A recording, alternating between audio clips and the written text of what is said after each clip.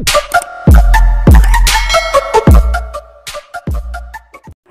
mga master! Welcome back again to our channel. Panibagong araw, panibagong kabanata na naman ang pagsamasamayin natin ngayong araw na ito. At kung bago ka sa ating channel, pag-click ang subscribe button and hit the notification bell para updated kayo sa ating mga susunod na videos. So mga master, bago natin simulan ang ating kabanata ngayong araw na ito, huwag po sana natin skip yung ads mga master no, dahil malaking bagay na po yan sa ating munting channel. So simulan na natin kabanata ngayong araw na ito. Let's go! Kabanata 4851-4870. Kabanata 4851. Zizel, ang plano ng paglipat ng larangan ng digmaan sa Chaos District ay sumalungat sa paunang layunin ni James na protektahan ang distrito ng kaguluhan. Kaya, nag-aalangan si James. Tumingin siya kay Waylea at tinanong, "Ano sa palagay mo?"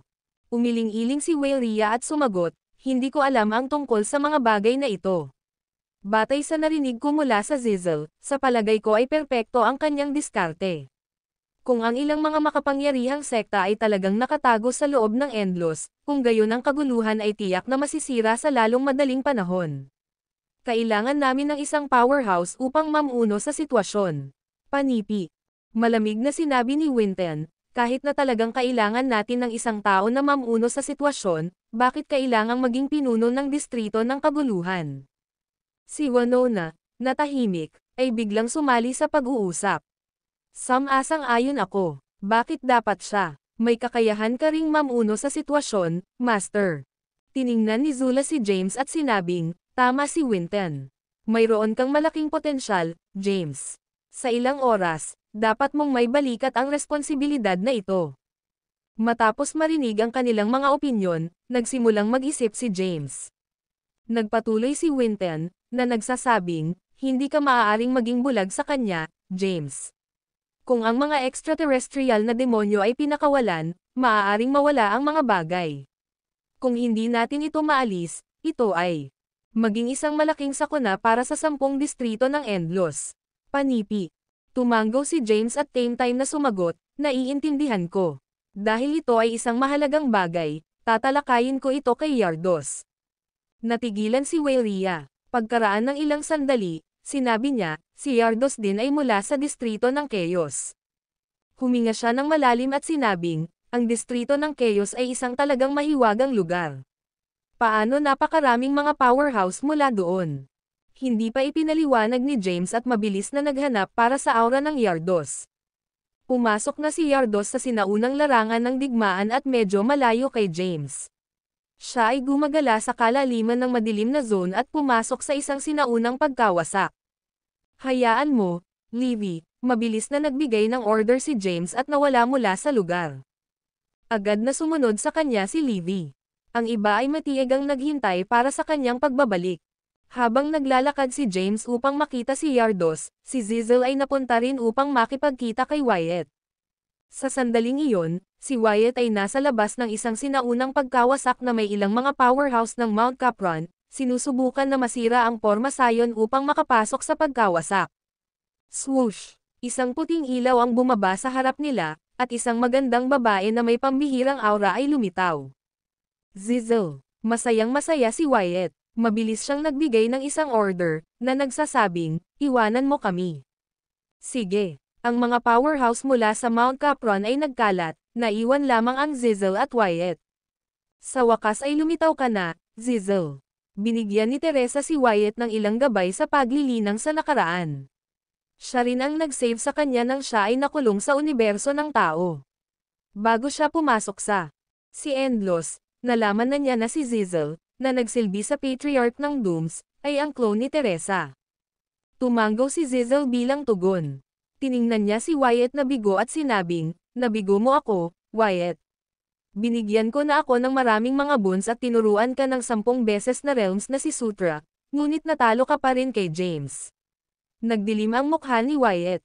Ang video na ito ay edited by Urban Storytelling.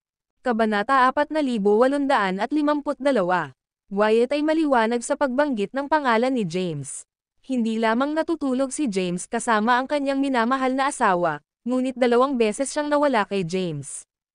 Inihayag ni Zizel ang kanyang kamay at sinabing, Huwag alalahanin.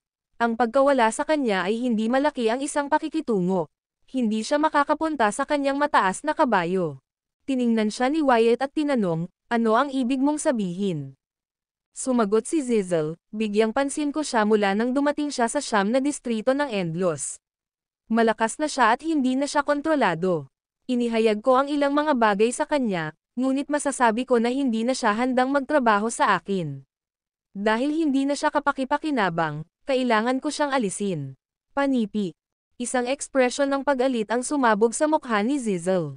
Matapos makarating sa siyam na distrito ng Endlos, ang mga pagpapabuti ni James ay lumampas sa kanyang inaasahan. Siya ay nasa ilalim ng kanyang kontrol habang sila ay nasa distrito ng Chaos. Iniligtas niya si James, umaasa na siya ay magiging isang mahalagang pawn sa kanya. Gayunpaman, maliwanag na ayaw ni James na makipagtulungan sa kanya matapos niyang ipahayag ang kanyang plano sa kanya. Tinanong ni Wyatt, ano ang plano mo? Sumagot si Zizzle, kailangan kong alisin si James. Gayunpaman, alinman sa atin ay may kakayahang pumatay sa kanya ngayon. Kailangan kong gamitin ang mga powerhouse ng ranggo ng kaguluhan upang patayin siya. Ibinahagi niya ang kanyang mga plano kay Wyatt. Agad na hindi sam-asang-ayon si Wyatt. Hindi, dapat ako ang pumatay kay James. Tatalo ako sa kanya ng patas at parisukat. Slap, agad na lumusot si Zizzle sa mukha ni Wyatt. Pagkatapos, sinaway niya siya, tumigil sa pangangarap. Paano mo siya matatalo sa iyong lakas? Naintindihan na niya ang kumpletong 10 beses na mga realms na si Sutra at magbasa ng maraming sagradong scroll. Hindi ka maaaring manalo. Tumahimik si Wyatt. Huminga ng malalim si Zizzle at sinabing, dahil hindi na siya kapakipakinabang sa akin, maaari ko lang siyang patayin. Hindi ko nais na siya ay maging isang hadlang sa aking plano. Pagkatapos magsalita, si Zizzle ay casual na kumaway sa kanyang kamay. Isang ilaw ang lumitaw mula sa kanyang palad at nagtipon sa isang magandang babae na nakasuot ng itim na damit. Gayunpaman, siya ay walang malay. Ipinaliwanag ni Zizzle, ito ay isang napakahusay na kaibigan ni James. Ang kanyang pangalan ay Maxine. Si James ay nagtataguyod ng pagkakaibigan at gagawin ang lahat ng kanyang makakaya upang iligtas si Maxine. Iiwan ko ang gawain na alisin siya sa iyo. Matapos magsalita, nawala si Zizzle mula sa paningin ni Wyatt. Tiningnan ni Wyatt ang walang malay na babae sa lupa na may isang mabagsik na ekspresyon. Siya ay sabik na patayin si James, ngunit hindi sa hindi patas na paraan. Nais niyang patayin si James na umaasa sa kanyang sariling lakas. Gayunpaman, kailangan niyang sundin ang mga utos ni Teresa. Huminga ng malalim si Wyatt, pagkatapos ay teleport ang Maxine. Pagkaraan, umalis siya upang makipagkita sa pinuno ng distrito ng Capron. Ang pinuno ng distrito ng Capron ay isang kakilakilabot na powerhouse ng Endlos, na nagngangalang Xylas Saxi. Lumitaw si Wyatt sa isang lugar sa sinaunang larangan ng digmaan. Lumuhad siya sa harap ng isang taong nasa gitnang may edad na nakaupo sa isang pagkawasak. Pagkatapos, tumawag siya ng magalang, Sir Xylas. Ang gitnang may edad ay nagsuot ng isang kulay abo na balabal. Binuksan niya ang kanyang mga mata at tiningnan si Wyatt. Pagkatapos, iniwas niya ang kanyang kamay at sinabing, maaari kang tumaas upang makipag-usap. Tumayo si Wyatt. Tinanong ni Xylas, ano ang problema? Sagot ni Wyatt, may natuklasan si Tiv, Ginoo. Panipi, ganito ba? Maging detalyado. Mahinahon na sinabi ni Wyatt, nagpunta ako sa distrito ng Aeternus ilang oras na ang nakalilipas at nakatagpo ng isang tao na tinawag na James Caden. Kamakailan lamang ay natalo niya si Warner, na nirerango sa pangatlo sa nakaraang walang hanggan na pagrarango. Matagumpay na nilinang ni James ang 10 beses na Realms Transcendent na si Sutra. Ang video na ito ay edited by Urban Storytelling. Kabanata 4853. Curious, tinanong ni Xylas, ano ang 10 beses na Realms Transcendent Sutra? Ipinaliwanag ni Wyatt, ito ay isang malakas na banal na kasulatan na naiwan ni Emperor Raya bago may taguyod ang 10 distrito. Ang pagmaster ng 10 beses na Realms Transcendent Sutra ay nagpapahintulot sa isa na linangin ang mga mahiwagang kapangyarihan ng 10 sagradong scroll. Tumayo si Xylas sa pagkabigla. Matapos siyang maging pinuno ng distrito ng Capron, nakuha niya ang sagradong scroll ng distrito ng Capron. Gayunpaman, hindi niya ito naintindihan, kahit na matapos ang maraming taon. Ipinaliwanag ni Wyatt, pinagkadalubhasaan ni James ang Tenfold Realms Transcendent na si Sutra at mababasa ang mga sagradong scroll. Nakita na niya ang ilang sagradong scroll at nilinang ang kanilang mga kapangyarihan. Kahit na siya ay nasa huling yugto ng ranggo ng Kylum Acme, siya ay hindi kapani-pani walang makapangyarihan. Inihayag ni Wyatt ang ilang impormasyon tungkol sa Emperor Raya, ang 10 beses na Realms Transcendent Sutra, at ang sagradong scroll. Kahit na si Xylas, ang pinuno ng distrito ng Capron, ay walang kabuluhan tungkol sa mga bagay na ito. Ang kanyang Panginoon ay hindi kailanman isiniwalat ang impormasyong ito sa kanya dati. Matapos malaman ang mga lihim na ito, sa wakas ay napagtanto ni Xylas at sinabi, "Nakikita ko. Kaya't kung paano ipinanganak ang 10 distrito.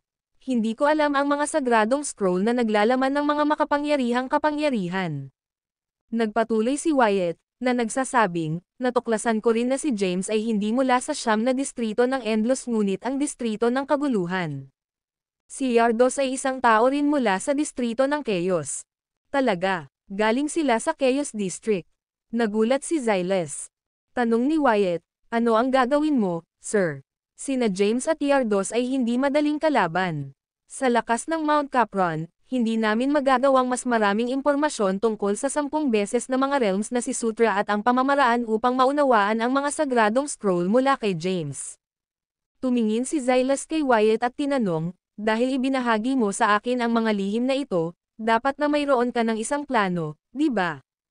Tumanggo si Wyatt at sinabing, "Naniniwala ako na ang tanging paraan upang makitungo sina Yardos at James ay makiisa sa pinuno ng Hazef District, pinuno ng distrito ng Welkan, at iba pang mga powerhouse sa ranggo ng Chaos." "Sige, iisipin ko ito." "Tinatanggal ka." Si Xylas ay malumanay na kumalas sa kanyang kamay. "Naunawaan. Mag-iiwan ako." Tumalikod si Wyatt at umalis. Si Xylas ay nahulog sa pag-iisip at pag-ungol. Emperor Raya, Tenfold Realms Transcendent Sutra, 10 sagradong scroll, at 10 mga Realms Transcendent Art. Naintindihan lamang ni Lucius ang 1/10 ng Hazef District Sagrado. Mag-scroll ngunit pinamamahalaang upang linangin ang crepe myrtle enerhiya ng Hazef. Kung lubos niyang maunawaan ang sagradong scroll, ang kanyang lakas ay hindi mababawas. Kung gayon, gaano kalakas ang isa pagkatapos na maunawaan ang 10 ng mga sagradong scroll? Huminga ng malalim si Xylas. Hindi siya nakaramdam ng tiwala sa paglutas ng mga bagay na ito mismo. Upang makuha sina James at Yardos, kakailanganin niya ang tulong ng ilang mga powerhouse sa ranggo ng Chaos. Matapos isipin ang lahat, nawala kaagad siya sa lugar. Sa susunod na sandali, lumitaw siya sa pinuno ng Hazef District na si Lucius. Si Lucius ay hindi napunta sa sinaunang larangan ng digmaan. Sa halip, siya ay nanatili sa loob ng distrito ng Hazef. Sa kanyang kasalukuyang lakas, walang makakaya sa kanyang mga mata. Binati ni Xylas ang isang ngiti, "Sir Lucius. Mangyaring magkaroon ng isang upuan, Sir Xylas." Umupo si Lucius sa pinakamataas na upuan ng bulwagan at inalog ang kanyang kamay upang ipatawag ang isang upuan. Umupo si Xylas at sinabi na nakangiting, "Mayroon akong ilang mga lihim na ibabahagi sa iyo, Sir Lucius." Naintriga, tinanong ni Lucius, "Oh, tungkol saan sila?" Sumagot si Xylas ng may ngiti, "Ang pinagmulan ng mga sagradong scroll at ang mga natatanging kapangyarihan na nilalaman sa loob nito." Tumalon si Lucius sa kanyang mga paa sa pagkabigla. Alam niya ang mga sagradong scroll dahil mayroon siyang isa sa kanyang pag-aari.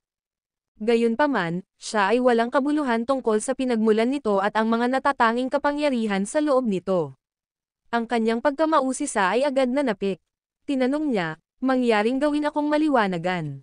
Ang video na ito ay edited by Urban Storytelling. Kabanata 4854. Sandali, si James ay ganap na hindi alam na si Zizel ay nagpasya na upang mapupuksa siya at si Yardos. Pumasok na si Yardos sa ranggo ng Chow, at ang kanyang pag-iral ay nagbigay ng isang makabuluhang banta sa kanyang plano. Nakipagkita si James kay Yardos sa isang pagkawasak sa loob ng sinaunang larangan ng digmaan. Si Yardos ay nakaupo sa isang malaking bato, at tumayo si James sa harap niya. Pagkatapos ay isinalaysay ni James ang lahat na ibinahagi sa kanya ni Zizel. Matapos malaman ang plano ni Zizzle, naisip ni Yardos. Tinanong ni James, ano ang dapat nating gawin ngayon? Huminga ng malalim si Yardos at sinabing, hindi ko inaasahan ang mga nakatagong sekta sa siyam na distrito ng Endlos. Nanatili sila sa pag-iisa dahil sa mga utos ni Emperor Raya. Sapat na upang patunayan ang lakas at prestihiyo ni Emperor Raya. Ang pinuno ng distrito ng kaguluhan ay pinatay matapos ang isang ambush at isinama ang kanyang sarili sa kaguluhan sa langit. Kahit na siya ay muling nabuhay, walang garantiya na malulutas niya ang sitwasyon. Sa halip na depende sa isang tao na patay na, mas mahusay na umasa sa ating sarili. Panipi. Tumayo si Yardos, tinapik ang balikat ni James, at sinabi na nakangiting, nabasa mo na ang marami sa mga sagradong scroll. Hanggat makukuha mo ang natitirang sagradong scroll at patuloy na mapapabuti ang iyong base sa paglilinang, maaari mong maabot ang antas ng Emperor Raya. Kailangan ng distrito ng Chaos na kailangan ang iyong proteksyon. Kailangan mong sugpuin ang mga nakatagong puwersang ito na lilito. Mayroon kang buong suporta. Panipi. Nagpa siya si Yardos na makasama si James. Hindi niya pinagkakatiwalaan si Zizzle, at hindi rin niya nais na obligahin ang kanyang mga paraan. Naniniwala siyang umaasa sa kanilang sarili ay mas mahusay kaysa sa namatay na pinuno ng distrito ng Chaos. Alam ko kung ano ang susunod na gagawin. Mas tiwala si James. Sinabi ni Yardos, kahit na ikaw ay malakas, ang iyong ranggo ng paglilinang ay kulang. Hindi namin mahuhulaan kung kailan hahampasin ang sakuna, kaya mas mahusay na magsikap na mapagbuti ang iyong base sa paglilinang hanggat maaari. Tumango si James at sinabing, sige. Naiintindihan ko. Gagawin ko ang aking makakaya upang makapasok sa ranggo na walang hanggan sa Kailam. Matapos akong manatili sa walang hanggan na ranggo ng Kailam, papasok ako sa ranggo ng kaguluhan sa Kwasi.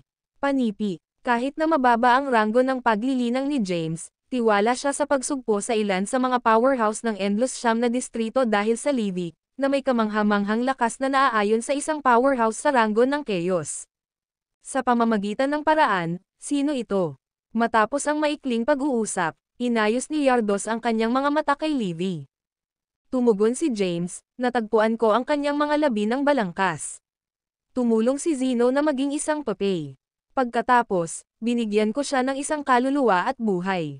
Ang kanyang katawan ay kabilang sa ikatlong commander ng mga demonyong extraterrestrial. Tiningnan ni Yardos si James sa pagkabigla. Oh. Ang pangatlong commander ng mga demonyong extraterrestrial. Palagi akong nag-isip tungkol sa kung gaano kalakas ang isang extraterrestrial na demonyo. Gaano siya kalakas? Si Yardos ay nagbeckon kay Livy at sinabing, halika, salakayin mo ako ng buong lakas. Sinulyapan ni James si Livy at sinabing, sige. Gayunpaman, ito ay isang palakaibigan na tugma. Huwag lumakad. Tumango si Livy. Kaagad pagkatapos, isang malakas na aura ang sumabog mula sa kanyang katawan at nabuo sa isang bagyo. Maging si James ay kailangang gumawa ng ilang mga hakbang pabalik. Naramdaman ni Yardos ang lakas ni Livy at tinawag ang lahat ng kanyang lakas. Agad na nag-skyrocket ang kanyang aura. Ang dalawa ay sinisingil sa bawat isa, at ang kanilang mga palad ay nag-clash. Boom! Ang video na ito ay edited by Urban Storytelling. Kabanata 4855. Ang kanilang makapangyarihang puwersa ay magkakaugnay at nagdulot ng pagsabog. Ang walang bisa na basag at kumalat sa buong lugar.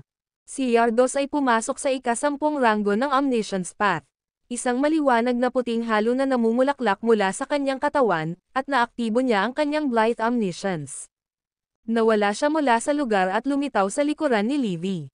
Pagkatapos, itinaas ni Yardos ang kanyang kamay at itinulak ang kanyang palad sa kanyang likuran. Gayunpaman, sinaktan niya ang isang afterimage. Nawala na ang pisikal na katawan ni Livy. Ang dalawa ay may isang mabangis na labanan, ngunit natapos ito ng mabilis. Sa huli, si Livy ay nasugatan, at ang dugo ay tumulo mula sa sulok ng kanyang mga labi. Samantala, si Yardos ay nasa isang estado na may disheveled. Ang kakilakilabot na kapangyarihan ni Livy ay tumusok sa kanyang dibdib, at dumudugo siya mula sa pinsala. Bulalas ni Yardos, kahit na ang kanyang katawan ay nagpapanatili lamang ng isang bahagi ng nakaraang lakas nito, napakalakas pa rin. Kung sa kanyang kalakasan, madali niya akong talunin at papatayin ako. Matapos ang maikling paghaharap, si Yardos ay may pagtatansya ng lakas ni Livy. Sa ika-10 ranggo ng Omniscience Path, maaaring labanan ni Yardos ang iba pang mga powerhouse sa ranggo ng Chaos. Sa makatuwid, napagpasyahan niya na si Livy ay may kakayahang pareho. Alam ni James na malakas si Livy, ngunit nagulat siya na kahit si Yardos ay hindi agad matalo. Tiningnan niya ang madugong pinsala sa dibdib ni Yardos at tinanong ng alalahanin, "Ayos ka ba?" Si Yardos ay kumalas sa kanyang kamay at sinabing, "Mabuti ako." Nakatutuwa na pinamamahalaan niya na masaktan ang aking pisikal na katawan. Matapos kong pumasok sa 11 ranggo ng Omniscience Path, kahit na isang powerhouse sa ranggo ng kaguluhan ay maaaring hindi ako mapinsala. Lumingon si James kay Livy at tinanong, "Ano ang tungkol sa iyo? Ayos ka ba?" Umiling-iling si Livy at sinabing, "Ilang mga gasgas lamang." Hindi ito seryoso. Nakahinga si James. Pinakilos ni Yardos ang kanyang lakas, at mabilis na nakuhang muli ang mga pinsala. Binigyan niya si Livy ng isang hinlalaki at pinuri, "Malakas ka. Nagtataka ako kung mababawi mo ang dating lakas ng iyong katawan. Kung gagawin mo, walang sino man sa Endlos ang magiging isang tugma laban sa iyo." Umiling-iling si Livy at sinabing, "Wala akong alam tungkol sa nakaraang buhay ng aking katawan. Hindi ako isang extraterrestrial demonyo. Si James ang nagbigay sa akin ng buhay." Panipi. Ang ngiti ni Yardos ay biglang nagyelo. Napakalakas ni Livy. Kung mabawi niya ang kanyang lakas at makuha ang kanyang pagkakakilanlan bilang isang extraterrestrial demon, siya ay magiging isang napakalaking banta sa 10 distrito ng Endlos. Sa kabila nito, nadama ng bahagyang ginhawa si Yardos matapos makita ang kanyang inosenteng ekspresyon. Inamin ni James na namatay na siya ng matagal, at ang kanyang mga buto ay nanatili lamang. Bukod dito, ang natitirang Zen at Soul Sigil ng kanyang katawan ay nawalan na. Sa gayon, walang posibilidad ng kanyang orihinal na kamalayan na muling nag-reawaken. Hindi na siya ang ikatlong commander ng extraterrestrial. Ang pangalan niya ay Livy Kayden ngayon. May oras pa bago magsimula ang kompetisyon para sa walang hanggan na pagraranggo. Dapat kang magtungo sa pag-iisa at linangin. Kung maaari, subukang ipasok ang Kylum Boundless Rango o ang Quasi-Chaos Rango. Kasabay nito, subukang maabot ang ika-10 ranggo ng Omniscience Path, sabi ni Yardos. Sige, tumango si James. Pagkatapos, umalis siya kasama si Livy at bumalik sa lungsod. Si Waylea at ang iba pa ay agad na nagtanong kay James tungkol sa kanyang talakayan kay Yardos. Matapos mapunta si James sa kanilang desisyon, nagpunta siya sa pag-iisa. Nag-set up si James ng isang pagbuo ng oras at isang pagbuo ng paghihiwalay sa likuran ng manor. Ang kanyang layunin ay upang maabot ang ranggo ng walang hanggan ng Kylum at maging mas malakas. Ang video na ito ay edited by Urban Storytelling. Kabanata 4856. Pumasok si James sa pag-iisa at nagsimulang magsikap na pumasok sa ranggo ng walang hanggan na Kylum. Lumipas ang oras araw-araw. Ilang milyong taon ang lumipas sa isang flash. Sa panahong ito, ang ilang mga sinaunang puwersa ay muling nabuo at ipinadala ang kanilang pinakamalakas na miyembro sa sinaunang larangan ng digmaan. Ang lahat ng mga powerhouse na ito ay nasa ranggo na walang hangganan ng Kylum. Parami ng parami ang mga powerhouse na natipon sa sinaunang larangan ng digmaan, at ito ay naging buhay na buhay. Samantala, maraming mga makapangyarihang figure mula sa 9 na distrito ng Endlos ang nagtipon, kasama ang pinuno ng Hazif District, pinuno ng Thies District, pinuno ng Capron District, at pinuno ng distrito ng Welkan, Sedes, Xyles, at Toma. Ang 4 na powerhouse na ito ay kilalang-kilala at kasalukuyang pinakamalakas sa ranggo ng kaguluhan. Naturally, sina Yardos at Wael, na nakarating din sa ranggo ng kaguluhan, ay hindi kasama. Nagtipon sila upang talakayin ang Tenfold Realms Transcendent Sutra. Sinabi ni Lucius, ang Tenfold Realms Transcendent Sutra ay totoo. Totoo rin na maraming mga sinaunang puwersa ang nanatiling nakatago. Mahaba, ngunit hindi ko alam ang gayong makapangyarihang mga sekta ay nagtatago sa loob ng aking teritoryo. Sigurado silang mahusay sa pagtatago. Panipi. Upang maprotektahan ang ating mga posisyon, dapat nating makuha ang 10 beses na Realms Transcendent Sutra. Madali itong makuha, dahil ang kompletong bersyon ay nasa loob ng walang hanggan na tablet. Gayunpaman, mahirap maunawaan ang mga banal na kasulatan pati na rin ang mga sagradong scroll. Kailangan nating makuha si James at pilitin siyang ibigay ang lihim upang maunawaan ang mga ito, sabi ni Xyles. Sumimangot si Cedrus at sinabing, hindi iyon magiging madali. Hindi madaling makitungo si Yardos. Kung si Yardos ay mula rin sa Chaos District, tiyak na makakasama niya si James. Panipi.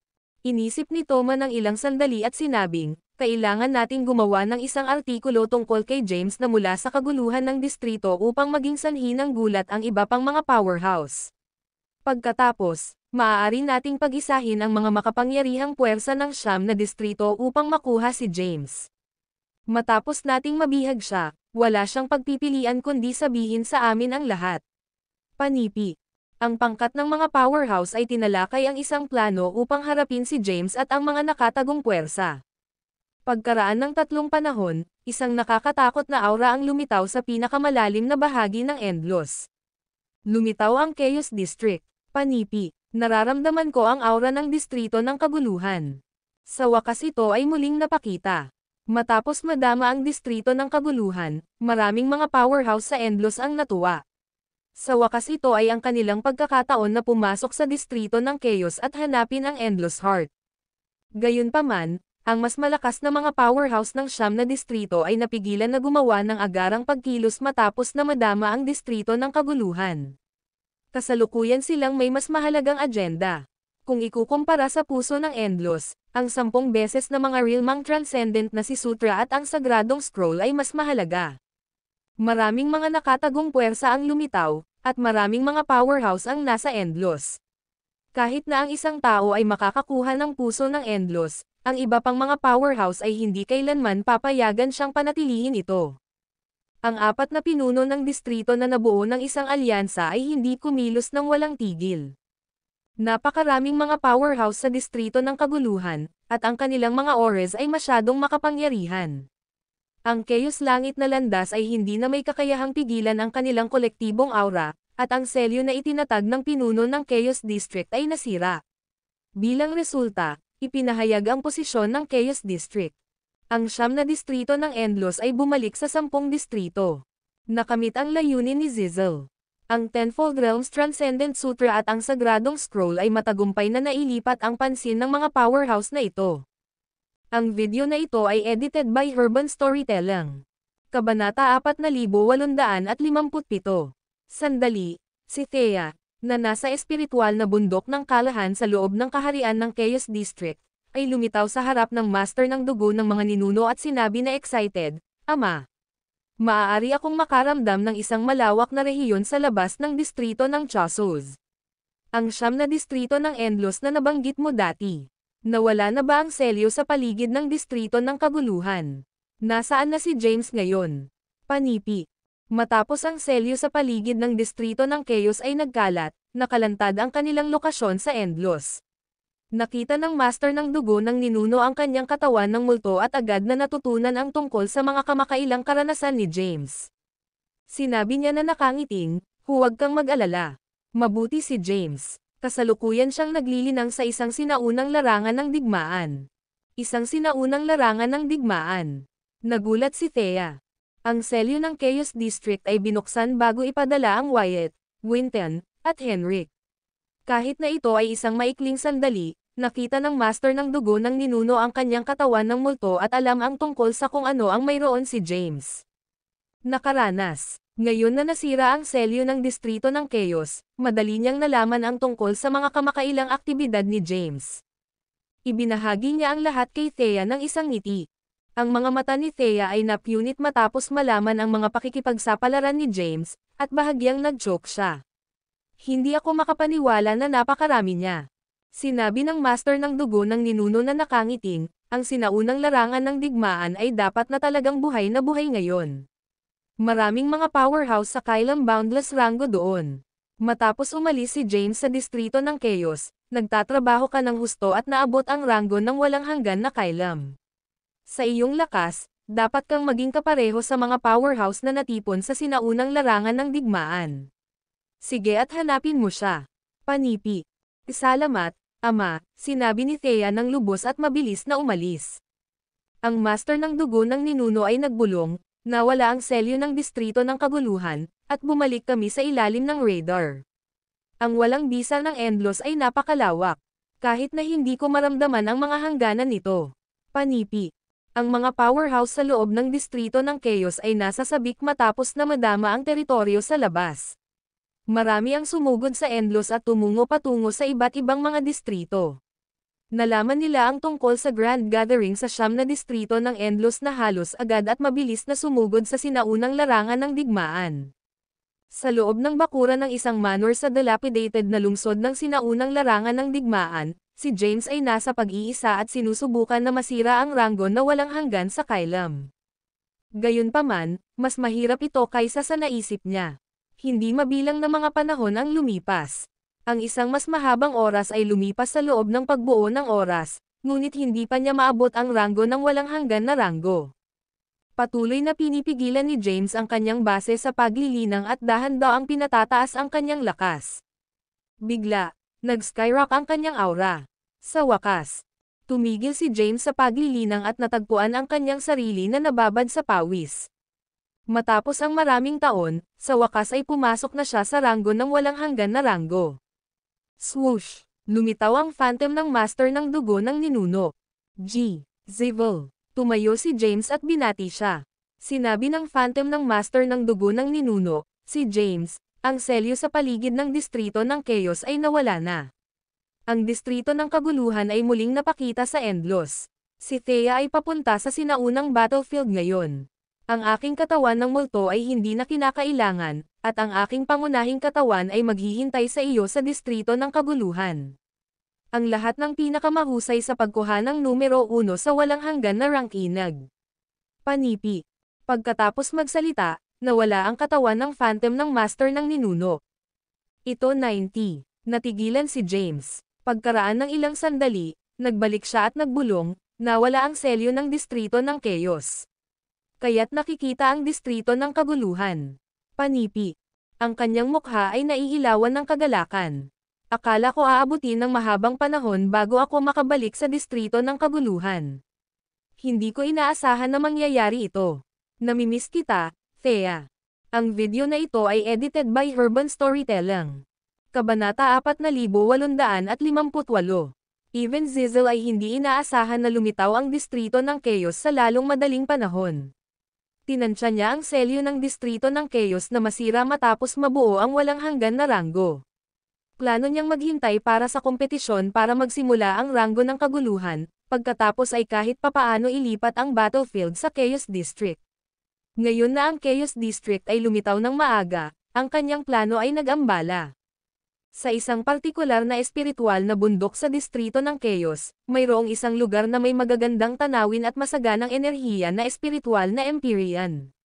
Si Teresa ay nagsuot ng isang puting damit at umupo sa isang posisyon ng lotus sa isang bato sa tabi ng talon. Matapos masira ang selyo ng Chaos District, ilang mga powerhouse mula sa Chaos District ang pumasok sa Endlos at nag-vent sa iba pang mga distrito. Tumayo si Teresa at sinabing, "Ipakita ang iyong sarili." Swoosh! Ang isang malilim na figure ay tahimik na lumitaw at lumuhad sa lupa. Ms. Teresa. Inutusan ni Teresa, pigilan ang Thea mula sa muling pagsasama kay James. Gayun din, tiyakin na ang sino mang may kaugnayan kay James ay hindi makalapit sa sinaunang larangan ng digmaan. Kung susubukan nilang lapitan ang sinaunang larangan ng digmaan, makuha ang mga ito. Naunawaan. Matapos matanggap ang pagkakasunod-sunod, ang malilim na figure ay nagkalat sa wala. Pumasok si James sa kailang boundless ranggo ng tama ng ang Chaos District ay muling nag-endlos. Pagkaraan nito, ang multo ng master ng dugo ng ninuno ay nawala din, bumalik sa pangunahing katawan nito. Inunat ni James ang kanyang katawan. Ang kanyang lakas ay napabuti ng malaki. Bagaman ang huli na yugto ng Kailam Acme Rango sa Kailam Boundless Rango ay tila isang maliit na hakbang, si James ay kailangang umasa sa 10 beses na Realms Transcendent Sutra. Matapos pumasok sa ranggo ng walang hanggan na ranggo, nakuha ni James ang nakakatakot na lakas. Gayunpaman, nabigo siyang pumasok sa ika-10 ranggo ng Omniscience Path. Natuwa si James nang matuklasan ang distrito ng Chaos na muling nabuo sa Endlos. Sa wakas maaari niyang makita si Thea, ang kanyang mga anak, at ang kanyang mga kaibigan muli. Mabilis siyang tumungo sa sala ng manor. Sa hindi inaasahan, naghihintay sa kanya si Zizzle. Binati siya ni Zizzle ng isang ngiti at sinabing, lumitaw ang distrito ng Chaos, James. Natapos ang iyong misyon, at maaari kang bumalik sa distrito ng Chaos. Matapos mabuo ang walang hanggan na ranggo, dapat kang bumalik at maging pinuno ng distrito ng kaguluhan. Ang mga kaibigan ni James ay natipon din sa sala, tinitigan si Zizzle ng maingat. Wala sa kanila ang may magandang impresyon sa Zizzle, at hindi rin nila pinagkakatiwalaan siya. Naglakad si James, umupo, at sinabi ng mahinahon, hindi ako interesado na maging pinuno ng kaguluhan ng distrito. Gusto ko lamang protektahan ang aking pamilya at tahanan. Hindi ko hahayaan na ilipat mo ang larangan ng digmaan sa distrito ng kaguluhan upang mabuhay ang iyong ama. Isang malubhang ekspresyon ang sumabog sa mukha ni Zizzle ngunit mabilis na nawala. Mahinahon siyang sumagot, lahat ng ginagawa ko ay para sa kapayapaan ng Endlos at upang maiwasan ang salungatan sa pagitan ng mga powerhouse mula sa 10 distrito. Kung hindi mo ako pinagkakatiwalaan, maaari kitang dalhin sa kailaliman ng madilim na zone upang ipakita sa iyo ang nagpapahina na selyo. Sa sandaling masira ang selyo, ang mga extraterrestrial na demonyo ay makakapasok sa Endlos. Panipi. Tiningnan siya ni James at sinabing, matagal nang lumipas mula noong nakaraang labanan laban sa mga demonyong extraterrestrial. Ang 10 distrito ay kasalukuyang napuno ng hindi mabilang na mga powerhouse. Kahit na muli silang may infiltrate sa amin, sigurado ako na pipigilan natin sila. Wala nang sinabi si Zizzle, hindi ko hinihiling na tulungan mo ako, James. Kailangan ko lang na hindi ka makarating sa daan. Maya-maya, mauunawaan mo kung bakit kailangan kong bumaba sa kalsada na ito. Gusto ko lamang ang pinakamahusay para sa mga Endlos at 10 distrito. Wala kang ideya kung gaano kalubha ang labanan na iyon. Ang video na ito ay edited by Urban Storytelling. Kabanata 4859. Zizzle ay nagsabi ng malungkot, sinakripisyo ni Emperor Raya ang kanyang kaluluwa upang masaktan ang commander ng extraterrestrial na demonyo.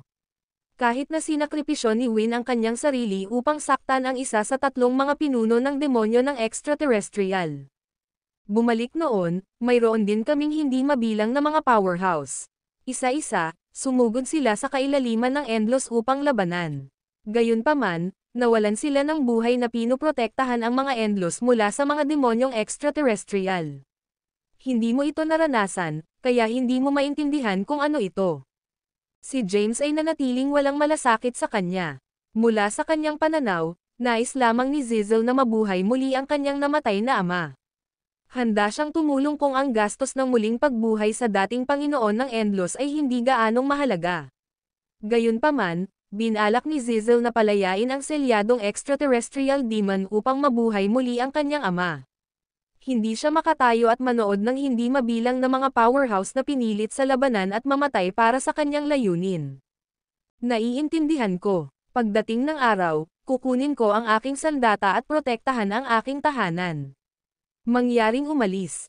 Hiniling siya ni James na umalis sa manor. Tahimik na tumayo si Zizzle at umalis. Matapos mawala si Zizzle, ang lahat ng mga tensyong puso ay sa wakas ay naaliw.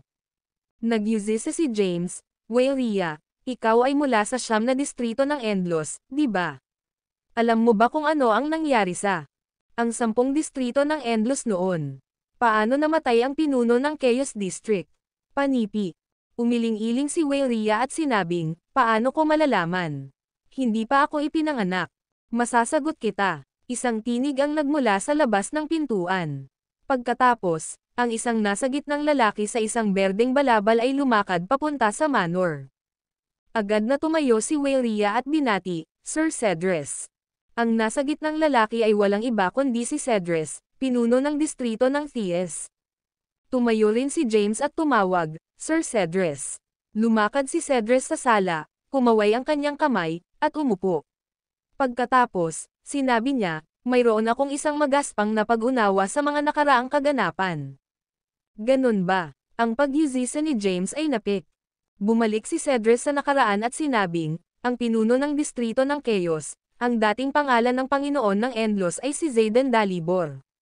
Nagkaroon siya ng puso ng Endlos at isang walang kapahamakan na powerhouse sa ranggo ng kaguluhan. Ang 10 distrito ng Endlos ay naging mapayapa hanggang sa pinuno ng kasalukuyang pinuno ng Hazif District na si Lucius Lopez, na dumaan din sa kanyang alias, si Jagan Hafford, ay pumasok sa ranggo ng kaguluhan. Sinunggaban ni Lucius si Zayden, na pinilit si Zayden na tumakas at itinago ang buong distrito ng kaguluhan. Bilang resulta, ang 10 distrito ng Endlos ay nabawasan sa 9 na distrito ng Endlos. Ibinahagi ni Cedrus ang mga detalye tungkol sa mga nakaraang kaganapan, na kung saan ang ilang mga powerhouse lamang ang nakakaalam. Ang aura ng distrito ng Chaos ay tumagas noong nakaraan, at nakalantad ang lokasyon nito. Maraming mga powerhouse ang tinukso ng puso ng Endlos at kumilos laban sa Chaos District. Gayunpaman, walang nagtagumpay sa pagkuha ng Endlos Heart. Naging seryoso ang ekspresyon ni Cedrus, at huminga siya ng malalim. Pagkatapos, sinabi niya, hindi ko inaasahan ang maraming bagay na nangyari bago maitatag ang 10 distrito. Bukod dito, maraming nakatagong Orthodox ang umiiral sa loob ng 9 na distrito ng Endlos. Kung hindi dahil sila ay muling nag-recharge at dumating sa sinaunang larangan ng digmaan para sa 10 beses na realms transcendent na si Sutra, hindi ko malalaman ang tungkol sa kanilang pag-iral. Panipi. Maraming mga powerhouse ang nagtipon sa sinaunang larangan ng digmaan, na marami sa kanila ay mula sa mga nakatagong puwersa na umiiral mula pa noong nakaraang taon. Bilang isang resulta, ang balita tungkol sa 10 beses na realms na si Transcendent Sutra ay nagsimulang kumalat. Ang lahat sa sinaunang larangan ng digmaan ay nalaman na ang tungkol sa 10 beses na mga realms na transcendent na si Sutra at ang Sagradong Scroll. Sa makatuwid, hindi nakakagulat na nalaman na ni Cedrus. Ang video na ito ay edited by Urban Storytelling. Kabanata 4860. Cedrus ay tinalakay sa iba pang mga powerhouse sa ranggo ng Chaos paano kumuha ng impormasyon tungkol sa Tenfold Realms Transcendent Sutra at Sagradong Scroll mula kay James. Sa panahon ng mga talakayan, inalok ni Cedrus na lapitan si James at subukang magtipon ng impormasyon. Tiningnan ni Cedrus si James at sinabing, matagal na mula nang mabigyan kita ng Sagradong Scroll ng Theus District. Dapat mo na itong maunawaan ngayon, di ba? Ibinalik ni James ang Sagradong Scroll sa kanya, na nagsasabing, masyadong malalim. Pinag-aaralan ko ito ngunit wala akong naiintindihan. Kahit na alam ni Cedrus na nagsisinungaling si James, mahinahon niyang inilayo ang Sagradong Scroll. Ang mga Sagradong Scroll ay mahusay na kayamanan na naiwan ng isang powerhouse bago pa maitatag ang 10 distrito. Nalaman na niya mula sa pinuno ng distrito ng Welkan na si Toma, na si Yardos ay pansamantalang nakakuha ng kanilang Sagradong Scroll. Sa makatuwid, nalaman nila na nabasa din ni James ang Sagradong Scroll ng distrito ng Welkan. Ito ay kakilakilabot na balita na si James ay nabasa na ang 5 Sagradong Scroll. Dahil nagsinungaling si James, malinaw na sa Cedrus na ayaw niyang ibunyag ang pamamaraan ng pag-unawa sa mga Sagradong Scroll. Tanong ni Cedrus, ano sa palagay mo ang tungkol sa Tenfold Realms Transcendent Sutra? Inisip ni James sandali at sumagot, ang Tenfold Realms Transcendent Sutra ay napaka-misteryoso. Hindi ko alam ang tungkol dito. Marahil ang isa ay dapat na ranggo ng numero 1 sa walang hanggan na pagraranggo upang makuha ang Tenfold Realms Transcendent Sutra. Sinubukan ni Cedrus na makakuha ng ilang impormasyon kay James. Gayunpaman, sinalsal siya ni James ng mga casual na puna. Matapos magtanong si Cephras ng ilang mga katanungan, iniwan niya ang manor. Nakahinga, nagbulong si James, ang motibo ng pinuno ng Theus Distursit na darating upang makita ako ay tiyak na ang 10 beses na mga realms na si Sutra at ang lihim ng mga Sagradong Scroll. Ginambala siya ni Wayria, na nagsasabing, hindi ako kailanman nagpahayag ng anuman sa kanya. Matapos lumitaw si Zizel, kinumpirma ni Wayria ang kanyang mga hinala. Gayunpaman, hindi niya kailanman isiniwalat ang anumang bagay kay Cedrus. Dahan-dahan ang inalis ni James ang kanyang noo at sinabing, ano ang sakit ng ulo? Ngayon na lumitaw ang 10 beses na realms na si Sutra, ang balita tungkol sa Sagradong Scroll ay kumalat. Mas mahirap makuha ang natitirang Sagradong Scroll. Ang plano ni Teresa ay talagang nagtatrabaho. Ginamit niya ang Tenfold Realms Transcendent Sutra at ang Sagradong Scroll upang makagambala sa mga powerhouse. Ngayon na ang distrito ng Chaos ay muling nabuo, walang nagbabayad ng labis na pansin dito. Panipi. Nakangiting sinabi ni Winton, hindi ba ito mabuti para sa amin? Ang distrito ng Chaos ay aming tahanan. Napakaganda na walang sino man ang nakatingin sa distrito ng kaguluhan. Mahinang sinabi ni James, pansamantala lamang ito. Ito ang kalmado bago ang bagyo. Sa lalong madaling panahon, susubukan ni Zizzle na dalhin ang battlefield sa distrito ng Chassos. Tinanong ni Winton, kung gayon ano ang pinaplano mong gawin. Panipi. Lahat ay tumingin kay James.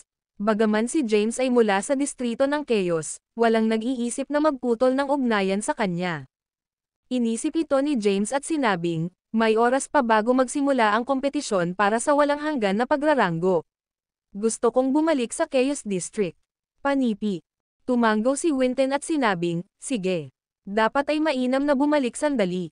Aalis ako kaagad. Tumayo si James at sinabing, sundan mo ako, Livy. Okay. Tumanggo si Livy. Mabilis na iniwan ni James ang sinaunang larangan ng digmaan sa daanan at nakarating sa sekta ng Hazif. Ang video na ito ay edited by Urban Storytelling. Kabanata 4861. James ang bawat kilusan ay nasa ilalim ng pagsubaybay sa mga powerhouse ng sekta ng Hazif. Gayunpaman, siya ay ganap na hindi alam. Si Lucius ay bahagyang nakakagulat matapos na madama na iniwan ni James ang sinaunang larangan ng digmaan. Naisip niya sa kanyang sarili, bakit siya aalis sa isang oras na tulad nito? Ano ang sinusubukan niyang gawin? Plano nilang maakit sina James at Yardos sa Chaos Battlefield.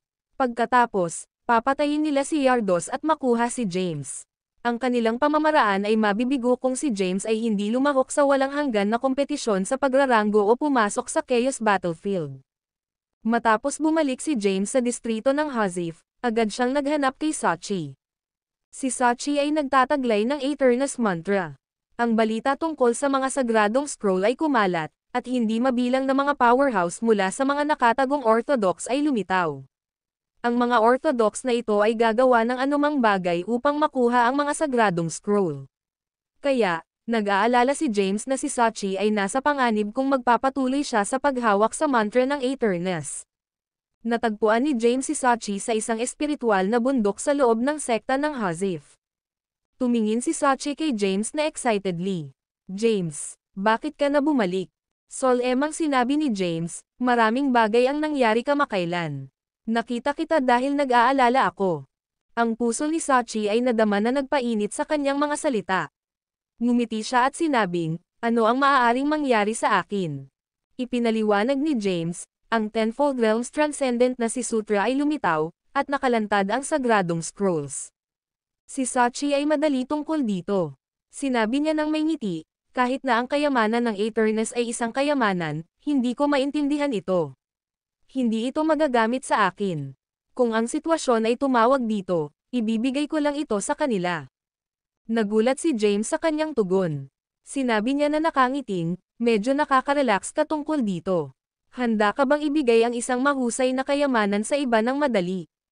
Kailangan mong gawin ang kailangan mo sa mga kritikal na sandali.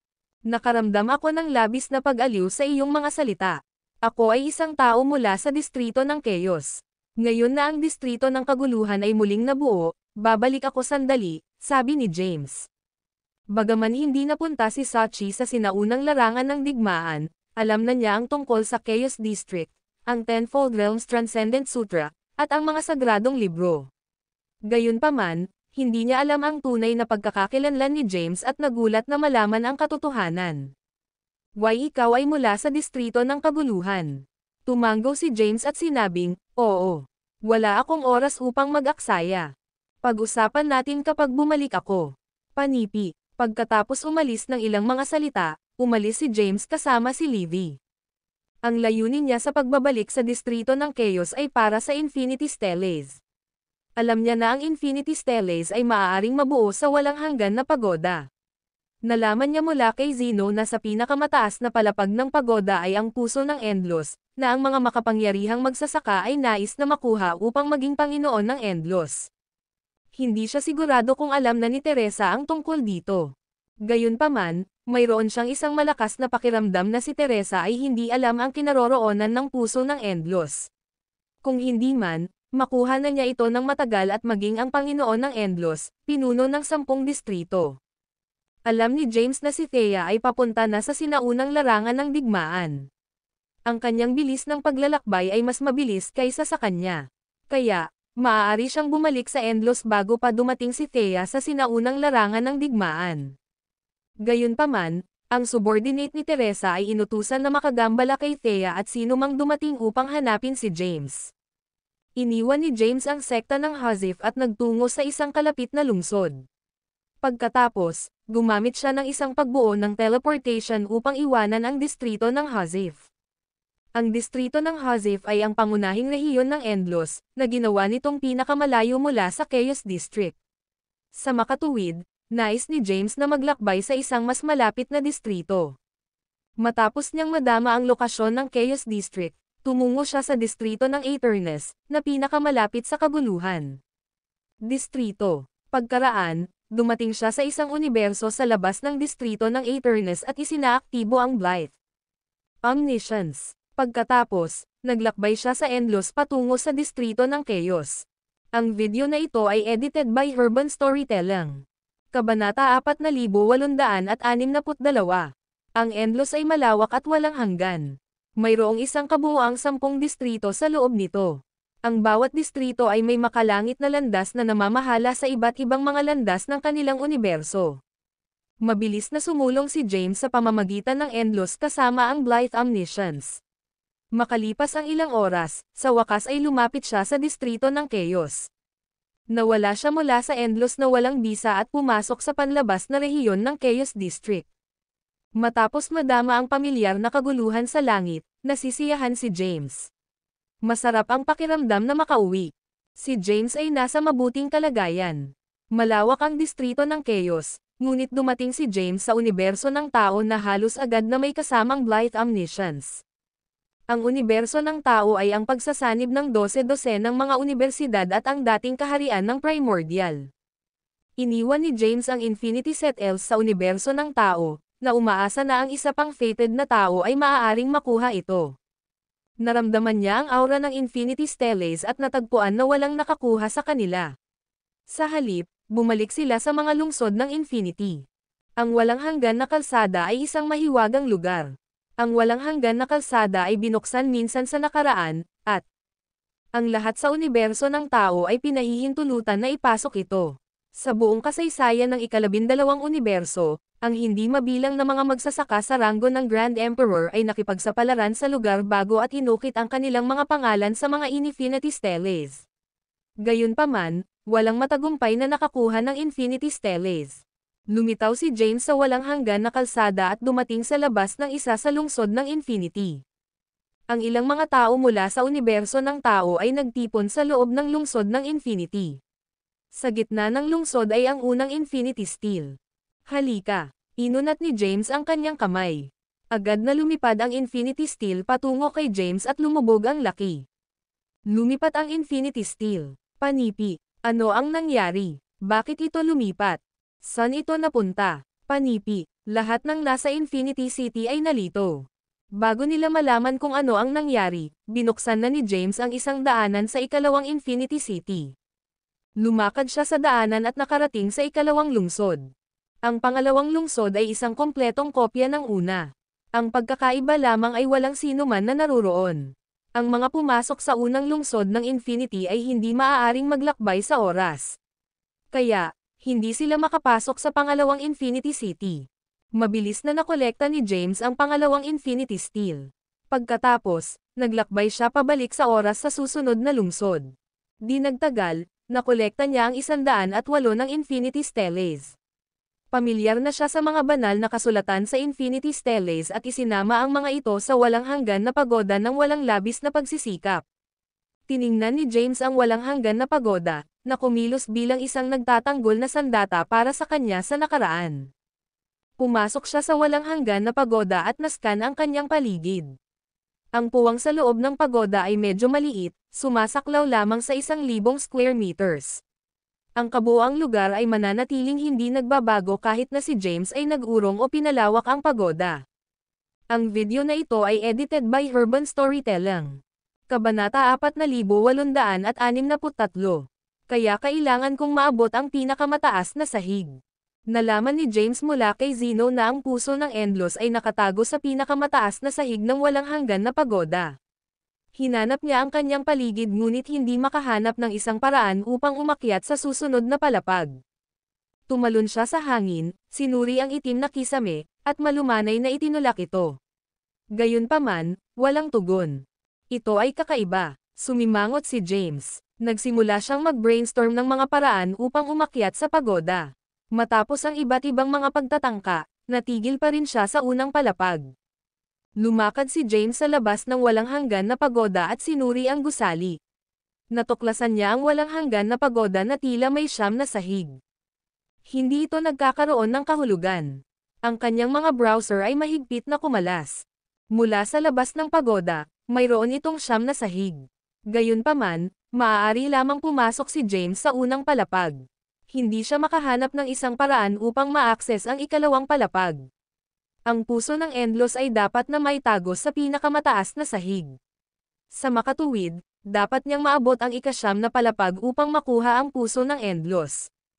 Oh, tama, biglang naisip ni James. Ang Infinity Stellace na ginamit upang magkaroon ng ibang may-ari sa nakaraan. Nabanggit niya ang kanyang pangalan upang maging Tatum Wardorm. Walang ideya si James kung si Tatum ay isang tao na ipinanganak sa ika-12 universo o isang powerhouse mula sa bago ang pagtatatag ng 10 distrito ng Endlos. Pumasok muli si James sa walang hanggan na pagoda. Naupo siya sa gitna ng pagoda at pinakawalan ang kanyang zen, naskan ang interior. Gayunpaman, wala siyang nakitang hindi pangkaraniwan. Matapos ang kanyang mga pagsisikap ay hindi makinabang, tinanong niya si tentatively, G. Wardorm, narito ka ba, G. Wardorm? Kung maririnig mo ako, mangyaring ipakita ang iyong sarili. Panipi. Ang kanyang tinig ay sumigaw sa buong walang hanggan na pagoda. Pagkaraan ng ilang oras, ang isang itim na ambon ay nagtipon at nabuo ng isang madilim, parang multo na silweta na ang kasarian o edad ay hindi makikilala. Sinabi ng silweta, sa wakas ay dumating ka. Tumayo si James, hinawakan ang kanyang mga kamay, at sinabing, isang karangalan na makita ka. Ang pangalan ko ay si James Caden. Bilang dating may-ari ng Infinity Stellace, dapat mong malaman kung paano ipasok ang walang hanggan na pagoda ng kasunod na sahig at maabot ang tuktok na palapag kung saan nakaimbak ang puso ng Endlos. Tama. Ang mahina na tinig ng silweta ay lumubog. Siyempre. Nahulog siya sa pag-iisip. Pagkaraan ng ilang sandali, nagpatuloy siya, na nagsasabing, ang puso ng Endlos ay isang kataas-taasang kayamanan ng Endlos. Kilalanin ni Endlos ang isa na nagtataglay ng puso ng Endlos bilang Panginoon ng Endlos. Isang mahabang panahon na ang nakalilipas, itinago ni Emperor Raya ang puso ng Endlos sa pinakamataas na sahig ng pagoda at nagtatakda ng isang selyo. Sa bawat 10 landas ng mga pamamaraan, maaari mong i-unlock ang isa sa mga form ng pagoda at ipasok ang susunod na palapag. Dapat master ang lahat ng 10 mga diskarte sa landas upang makapasok sa ika-10 palapag. Hindi lamang ang puso ng Endlos na nakatago sa ika-10 palapag, ngunit mayroon ding isang mensahe na naiwan ni Emperor Raya. Panipi. Sumimangot si James at tinanong, mula sa naiintindihan ko, ipinasa ni Emperor Raya ang puso ng Endlos sa pinuno ng Chaos District, na nagtuturo sa kanya na mamuno sa 10 distrito ng Endlos. Umiling-iling ang silweta at sinabing, ang puso ng Endlos ay masyadong mahalaga. Si Emperor Raya ay hindi lamang ito ibibigay ng madali. Ang pinuno ng distrito ng kaguluhan ay binigyan ng isang replika. Hinawakan ni James ang kanyang mga kamay at sinabing, nakikita ko. Salamat sa tulong, Ginoo.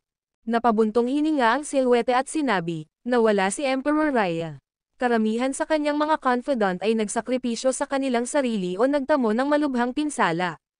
Ang nalalabi na nananatili ay mga duwag. Kinikilala ka ng Infinity Stellace. Sapat na upang patunayan na maaari mong balikat ang malaking responsibilidad na ito. Malapit ka na sa isang paglalakbay na puno ng mga hadlang.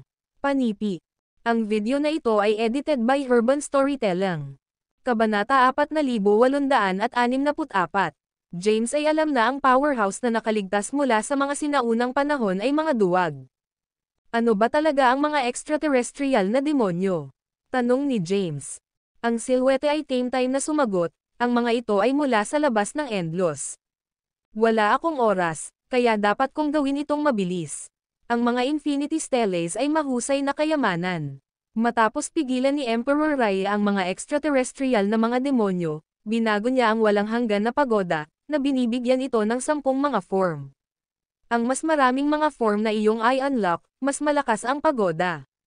Ang ika-10 form ay ang pinakamakapangyarihang estado ng pagoda. Inaasahan kong ang walang hanggan na pagoda ay naging kapaki-pakinabang sa iyo. Panipi. Unti-unting hamina ang boses niya. Di nagtagal, nawala ang silhwete kasama ang kanyang tinig. Huminga ng malalim si James. Hindi niya inaasahan ang walang hanggan na pagoda na magkaroon ng iba't ibang mga form. Ang kasalukuyang pagoda ay hindi kahit na sa unang anyo nito. Pagkatapos, isinaaktibo ni James ang isa sa kanyang mga kapangyarihan. Gayunpaman, ang pagoda ay nanatiling pareho. Habang nagtataka pa rin si James, ilang mahiwagang kasulatan ang lumitaw sa mga dingding. Sinuri niya ang mga ito at napagtanto na ito ay ang paraan ng paglilinang upang maisaaktibo ang unang porma ng pagoda. Ang pamamaraan ng paglilinang ay hinihiling sa kanya na isama ang isa sa 10 mga diskarte sa landas ng landas. Ang mga banal na kasulatan ay medyo madaling maunawaan, at hindi nagtagal para makabuo sila ni James. Sinundan niya ang pamamaraan ng paglilinang at hinimok ang isa sa mga kapangyarihan ng 10 landas. Bigla, ang walang hanggan na pagoda ay sumailalim sa ilang mga pagbabago. Ang walang hanggan na pagoda ay naglabas ng isang cyan light, at ang interior nito ay sumailalim sa isang banayad na pagbabago. Bagaman hindi ito naiiba sa paunang estado nito, mukhang mas malaki ito. Matapos matagumpay na ma-unlock ang unang porma, maramdaman ni James na ang pagoda ay may mas malakas na enerhiya. Bulalas niya, kamangha-manghang. Matagal na akong nagkaroon ng Infinity Steles ngunit hindi alam ang walang hanggan na pagoda ay maaaring gumawa ng mga ganitong bagay. Hindi nagmamadali si James dahil may oras pa bago nagsimula ang kompetisyon para sa walang hanggan na pagraranggo. Nanatili siya sa loob ng ika-108 na lungsod ng Infinity at nilinang ang mga banal na kasulatan na naitala sa mga pader na walang hanggan na pagoda. Pagkatapos, isinama niya ang mga kapangyarihan ng 10 Path Techniques, dahan-daang ay unlock ang kasunod na sahig ng pagoda. Di nagtagal, isinaaktibo niya ang pang-6 na form ng pagoda at na-access ang ika-6 na palapag. Ang pagoda ay lumitaw ng 6 na magkakaibang mga kapangyarihan, na katulad ng kung kailan na isaaktibo ni James ang 6 sa mga kapangyarihan ng 10 Path Technique. Ang walang hanggan na pagoda ay hindi ordinaryong kayamanan, at ang pang-6 na porma nito ay mas malakas kaysa noong nag-fuse si James ng 6 na. Ang mga kapangyarihan ng 10 landas ng landas. Bumagsak si James matapos na madama ang kapangyarihan ng pang-6 na form ng pagoda. Siya ay nagbulong. Ang ika-6 na form ng pagoda ay dapat nasugpuin ang isang powerhouse sa ranggo ng Chaos. Bagaman hindi pa nakipaglaban si James ng isang powerhouse sa ranggo ng Chaos bago, nadama niya ang isang powerhouse sa ranggo ng Chaos ay hindi madali sa harap ng walang hanggan na pagoda. Kulang pa rin ako sa 4 sa mga kapangyarihan ng 10 Path Technique. Dapat kong makuha ang huling 4 na sagradong scroll. Ang mga browser ni James ay nag-furrow matapos maalala ang lihim ng mga scroll, at ang pagkuha ng mga ito ay hindi magiging madali. Sa kabila ng mga hadlang, determinado siyang makuha ang mga ito, kahit na nangangahulugang kinakailangang agawin ang mga ito. Tinanggal niya ang kanyang mga saloobin at ikinalat ang kanyang mga kapangyarihan. Kaagad pagkatapos, ang walang hanggan na pagoda ay na-disassembled sa Infinity Steles at bumalik sa kanyang katawan. Matapos makuha ni James ang Infinity Steles at pinagkadalubhasaan ang paraan ng paglilinang na naitala sa mga dingding, matagumpay niyang naaktibo ang ika-6 na form ng pagoda. Nagpakita siya sa mga pader ng Infinity City at tumingin sa malayo. Gayunpaman, wala siyang makitang iba kundi kadiliman. Bulong ni James, Ang walang hanggan na kalsada ay kilala rin bilang napatunayan. Pinapayagan nito ang isa na maglakbay sa 108 mga lungsod na walang hanggan at bumalik sa simula ng panahon. Noong nakaraan, naisip ni James na ang simula ng oras ay tinukoy sa kapanganakan ng ika-12 universo. Ang video na ito ay edited by Urban Storytelling. Kabanata 4865. James ay natanto na maaaring siya ay mali at na ang simula ng oras na marahil ay nangangahulugang kapag ipinanganak ang Endlos. Naisip niya ang taong nakilala niya sa ika-108 na lungsod ng Infinity. Bumalik noon, nais niyang maglakbay sa simula ng oras ngunit tumigil. Inihayag ng lalaki na siya ay masyadong mahina at sinabing lalaban sila ng magkatabi sa hinaharap. Inscan ni James ang tahimik na lungsod, na hinahanap ang misteryosong tao kung saan. Bumalik ka na. Bigla, isang boses ang bumagsak. Pagkatapos, lumitaw ang isang malabo na silweta at unti-unting nabuo sa isang malaking tao. Sa kanilang unang pagkatagpo sa nakaraan, hindi nakita ni James ang hitsura ng silweta. Gayunpaman, malinaw na niyang makita na ito ay isang tao na mukhang nasa kanyang mga 40s. Ang lalaki ay mukhang sa halip ordinaryong at nagsuot ng isang simpleng balabal. Gayunpaman, mayroon siyang pagkakaroon ng domineering. Tanong ni James, "Sino ka?" Tumugon ang lalaki, "Ako ang taong nagbabantay sa huling lungsod ng Infinity. Ang aking trabaho ay maghintay na dumating ang nakatakdang tao upang makabalik tayo sa larangan ng digmaan at lutisin ang pangwakas na sakuna." Ang pangwakas na sakuna. Sumimangot si James. Sinabi ng lalaki, "Dapat kang umalis. Kahit na ikaw ay naging mas malakas, malayo ito sa sapat. Inaasahan kong malakas ka upang maglakbay sa panghuling battlefield kasama ko sa susunod na bumalik ka." Panipi. Pagkatapos magsalita, nawala ang lalaki mula sa paningin ni James. Sigaw ni James, "Maaari ko bang hilingin ang iyong pangalan, Ginoo? Malalaman mo na mas maaga o huli." Panipi. Unti-unting kumupas ang tinig ng lalaki. Tumayo si James sa pader ng lungsod na may nakasimangot. Tumingin siya sa labas ng lungsod ngunit hindi niya makita ang nakaraan ng kadiliman. Bigla, ang kadiliman ay tila hamupa, at nakita niya ang isang alon ng mga monsters na nagmamadali sa kanya, ngunit isang malakas na porma sayon sa labas ng lungsod ang hamarang sa kanila mula sa pagsulong. Ano ang impyerno? Nagulat si James. Naalala niya ang eksena sa loob ng kataas-taasang ilusyon, kung saan siya ay nasa isang lungsod din na inaatake ng mga monsters. Mayroon bang mga lungsod ng Infinity upang sugpuin ang mga extraterrestrial na mga demonyo? Ang mga extraterrestrial demonyo ba mula sa iba't ibang mga eras na umaatake sa Endlos? Ano ba talaga ang pangwakas na sakuna? Posible bang ang mga extraterrestrial na demonyo ay umaatake sa mga Endlos kahit na bago pa umiiral si Emperor Raya? Hindi ba ang dating labanan ni Emperor Raya laban sa mga extraterrestrial demonyo hindi ang pangwakas na labanan? Maaari ba itong maging mga extraterrestrial na mga demonyo ng iba't ibang mga eras ay naglunsad ng mga pag-atake, sinusubukan na lupigin ang mga Endlos? Ang Boundless Road at ang 108 mga lungsod na Infinity na nilikha upang maprotektahan ang mga Endlos laban sa mga extraterrestrial demonyo mula sa iba't ibang mga eras. Panipi. Maraming mga hinala ang lumitaw sa isip ni James, at hangin na siya sa mga posibilidad. Nakakatakot ito. Dapat akong maging mas malakas upang maunawaan ang pangwakas na katotohanan. Panipi. Pumasok si James sa walang hanggan na kalsada at bumalik sa universo ng tao ng Chaos District. Ang video na ito ay edited by Urban Storytelling. Kabanata 4866. James ay bumalik sa human universe ng Chaos District. Nag-hover siya sa walang bisa at tumingin sa universo. Nagulat siya nang makahanap ng napakaraming mga lihim na nakatago sa loob ng universo ng tao. Matapos madama ang universo ng tao, natagpuan ni James na ang Dark World ay nakipagsama dito. Natagpuan niya ang madilim na mundo at sinubukan na i-scan ito sa kanyang Zen.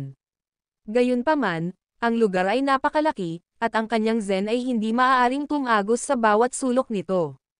Bulong ni James, ang pinakamalalim na bahagi ng madilim na mundo ay marahil ay konektado sa madilim na zone sa kailaliman ng Endlos.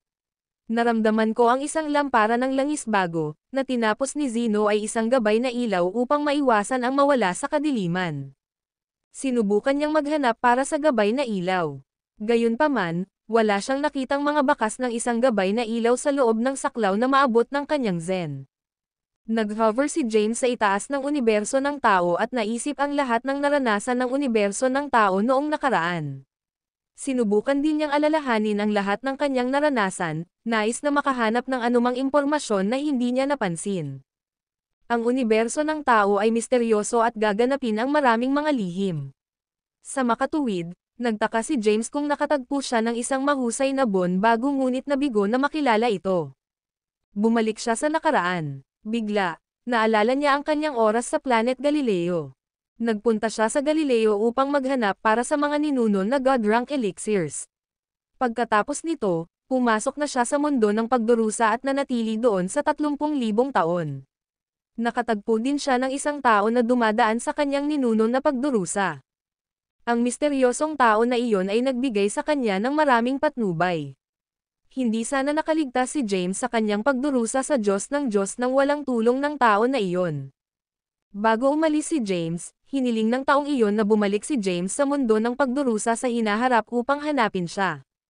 Gayunpaman, si James ay hindi kailanman nagkaroon ng isa pang langit na pagdurusa at walang pagkakataon na makapasok muli sa mundo ng pagdurusa. Sa gayon, matagal na niyang nakalimutan ang kanyang pakikipagtagpo sa taong iyon. Matapos alalahanin ang kaganapan, hinaplos ni James ang kanyang baba at nagbulong ng pagkakasala, nakalimutan ko na ang tungkol sa kanya. Nagtataka ako kung nasa mundo pa siya ng pagdurusa pagkatapos ng lahat ng oras na ito. Kumusta na siya ngayon? Hindi niya kailanman maisip ang tao kung hindi dahil sa pagdaan niya sa kanyang mga nakaraang karanasan. Itinaas ni James ang kanyang ulo at tumingin sa makalangit na landas ng tao. Nais niyang humiram ng lakas ng langit na landas upang buksan ang mundo ng pagdurusa. Gayunpaman, natuklasan niya ang mundo ng pagdurusa ay hindi umiiral sa mga patakaran sa operasyon ng langit. Bakit hindi ito umiiral? Sumimangot si James. Ang mundo ng pagdurusa ay naitala sa mga sinaunang teksto. Personal na ako doon, kaya paano hindi ito umiiral? Panipi.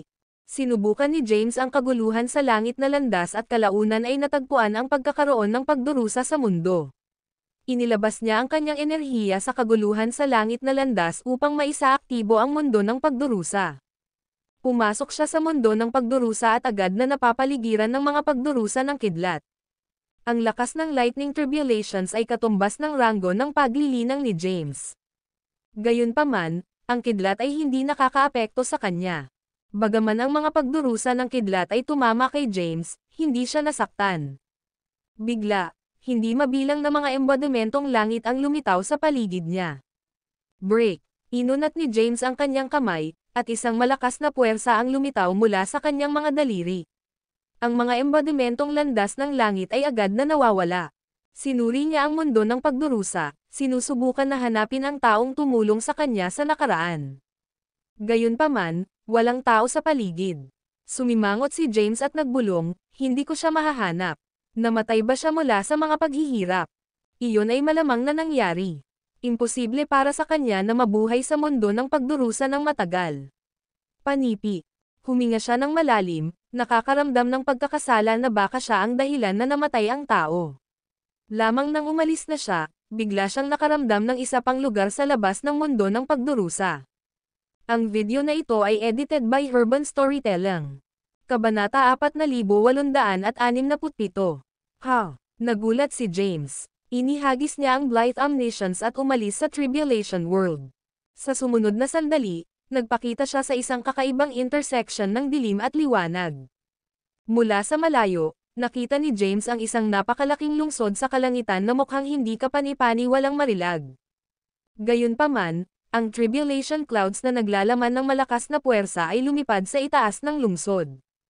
Pinagmasdan ni James ang Grand City. May ilang salita na nakaukit sa pader ng lungsod, Tribulation City. Naglakad siya palapit at agad na naramdaman ang isang nakakatakot na puwersa na nagmumula sa lungsod. Sino nandyan? Umalangaw-ngaw ang isang mapang-ipang tinig, at pagkatapos ay lumitaw ang isang lalaking may sira-sirang itim na baluti. Hindi makita ng malinaw ni James ang itsura ng lalaki habang natatakpan ng nakakalat niyang buhok ang mukha niya. Nagulat ang lalaki nang makita si James. Hinawi niya ang buhok na nakatikip sa kanyang mukha at inihayag ang kanyang hitsura. Siya ay may kayumangging balat at makapal na balbas. Ikaw pala, nakilala ng lalaki si James. Laking gulat din ni James nang makita ang kaharap niya. Nagpakita ang lalaki ng malakas na aura na higit na nalampasan ang ancestral god rank. Noong una silang nagkita, sinabi ng lalaki na nagpakita siya sa Tribulation World habang dumaraan sa kanyang ancestral god Tribulation. Ikaw, natatarantang tumingin sa kanya si James. Nasa kailang boundless rank ka na. Nakakabilib. Medyo mabilis kang umunlad. Lumapit ang lalaki kay James, hinayla siya, at sinabing, mag-usap tayo sa loob ng lungsod. Dinala niya si James sa lungsod.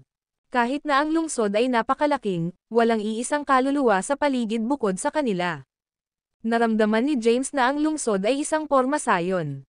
Ang lahat sa loob ng lungsod ay bahagi ng pagbuo. Ang pagbuo ay malalim at komplikado. Maging si James ay hindi ito maintindihan. Pagdating sa likod bahay ng isang manor, ikanaway ng lalaki ang kanyang kamay para ipatawag ang isang mesa at ilang upuan. Pagkatapos, sinenyasan niya si James na maupo. Umupo si James, tumingin sa lalaki, nalilito, at nagtanong, anong klaseng lugar ito? Nakangiting sumagot ang lalaki, hindi ba ito nakaukit sa pader ng lungsod? Ito ay tinatawag na Tribulation City. Lungsod ng Tribulation. Naguguluhan, nagtanong pa si James, ano ang espasyong ito? Tinitigan ng lalaki si James at nakita agad ang mga karanasan ni James sa buhay. Ngayong na-unlock mo na ang ika-6 na anyo ng Boundless Pagoda at nalaman ang tungkol sa extraterrestrial demons pati na rin kung ano ang nakatago sa kabila ng pagbuo ng Infinity City, hindi na kailangan. Para itago ko sa iyo ang katotohanan. Sumama ka sa akin. Biglang nawala yung lalaki. Sinundan siya ni James sa likod ng lungsod at umakyat sa pader ng lungsod. Ang video na ito ay edited by Urban Storytelling. Kabanata 4868.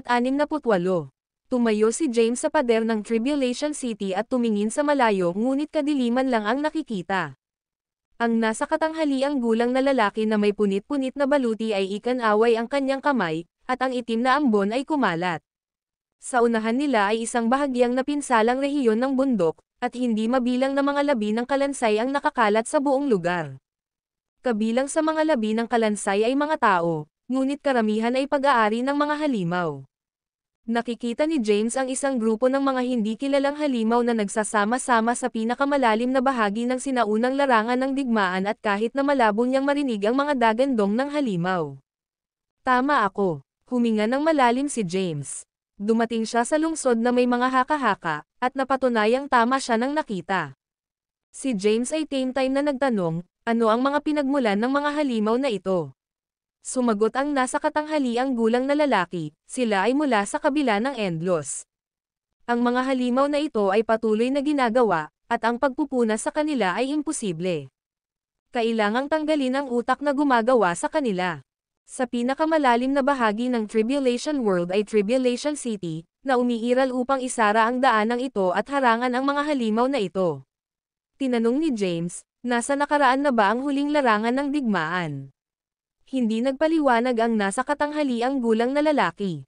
Tumingin siya kay James at sinabing, bagaman lumakas ka na, hindi sapat.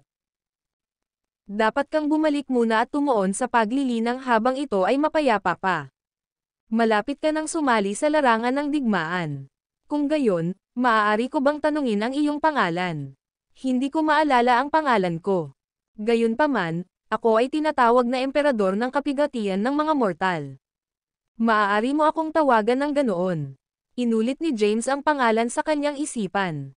Kahit na gusto niyang maunawaan ang mga kasaysayang ito at ang extraterrestrial demons, tinawag siyang masyadong mahina ng mga powerhouse sa Boundless Road at ng Emperor of Tribulation. Naisip niya sa kanyang sarili, ganan ba talaga ako kaina? Pero medyo malakas ang pakiramdam ko. Hindi alam ni James kung gaano kalakas ang nakatagong ortodokso sa 10 distrito ng Endlos, kaya hindi siya sigurado na matatalo sila. Gayunpaman, nakaramdam siya ng kumpiyansa laban sa iba pang mga powerhouse. Maaari ko rin bang tanungin ang pangalan ng powerhouse sa huling Infinity City? Tanong ni James. Tinanong ni James ang powerhouse sa huling Infinity City ng Boundless Road para sa kanyang pangalan ngunit hindi nakatanggap ng sagot. Nakangiting sinabi ng Emperor of Tribulation, napakakapangyarihan ng taong iyon. Tungkol naman sa pangalan niya, hindi ko dapat ibunyag. Malalaman mo sa lalong madaling panahon. Umalis ka muna. Ang lugar na ito ay ligtas sa ngayon dahil nandito kami ni Tribulation City para bantayan ito. Maliban kung ang dakilang commander ng extraterrestrial demon mula sa ibang panahon ay lalabas, ang Tribulation City ay hindi babagsak. Ikinaway ng Emperor of Tribulation ang kanyang kamay at pinaalis si James. Hindi nakuha ni James ang paglilinaw na kailangan niya at nalilito pa rin siya. Gayunpaman, mabilis siyang umalis sa Tribulation World at bumalik sa Human Universe. Sa sandaling muling lumitaw, si Livy, na naghihintay sa kanya, ay tumawag, "Saan ka nagpunta, guro?" Hindi nagpaliwanag si James sa sarili ngunit tahimik na tumingin kay Livy. Si Livy ay ang ikatlong commander ng extraterrestrial demons, na umiral sa parehong panahon ni Emperor Raya. Ang mga extraterrestrial na demonyo mula sa iba't ibang panahon ay umaatake sa Endlos na may parehong layunin, ang lupigin ang Endlos. Napakaliit ng papel ni Livy. Na-curious si James sa lakas ng mga totoong mastermind. Napaatras ng ilang hakbang si Livy at nagtanong, "Bakit mo ako tinatitigan, Master?" Nawala sa kanyang pag-iisip si James at mahinahong sinabi, "Tatay ang itawag mo sa akin." "Oh, okay, Dad," mahinang sabi ni Livy. Bahagyang tumango si James at sinabing, "Good. Bumalik tayo sa Boundless Battlefield." Dumating si James sa Human Universe para makuha ang Boundless Pagoda. Noong una, binalak niyang makipagkita sa ilan sa kanyang pamilya at mga kaibigan pagkatapos makamit ang kanyang layunin. Gayunpaman, sa hindi inaasahang pagkakataon ay natuklasan niya ang maraming bagong sikreto. Kaya, marami siyang nasa isip at wala na siyang mood na humabol pa.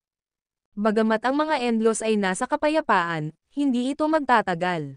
May nagbabadyang panganib at maaaring tumama anumang oras sa lalong madaling panahon.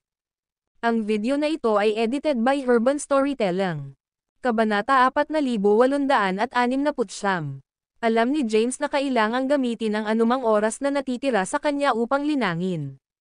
Pinlano niyang bumalik sa Boundless Battlefield at lumahok sa kompetisyon para sa Boundless Rankang upang makagawa ng pangalan para sa kanyang sarili. Pagkatapos, kinailangan niyang makuha ang huling 4 na sagradong balumbon. Ang dalawa ay umalis sa Chaos District, bumalik sa Boundless Battlefield.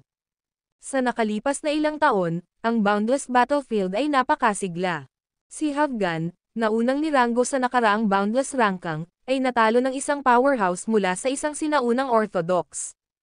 Ang nangungunang 10 sa Boundless Rankang ay natalo ng mga powerhouse mula sa mga sinaunang Orthodox na muling lumitaw.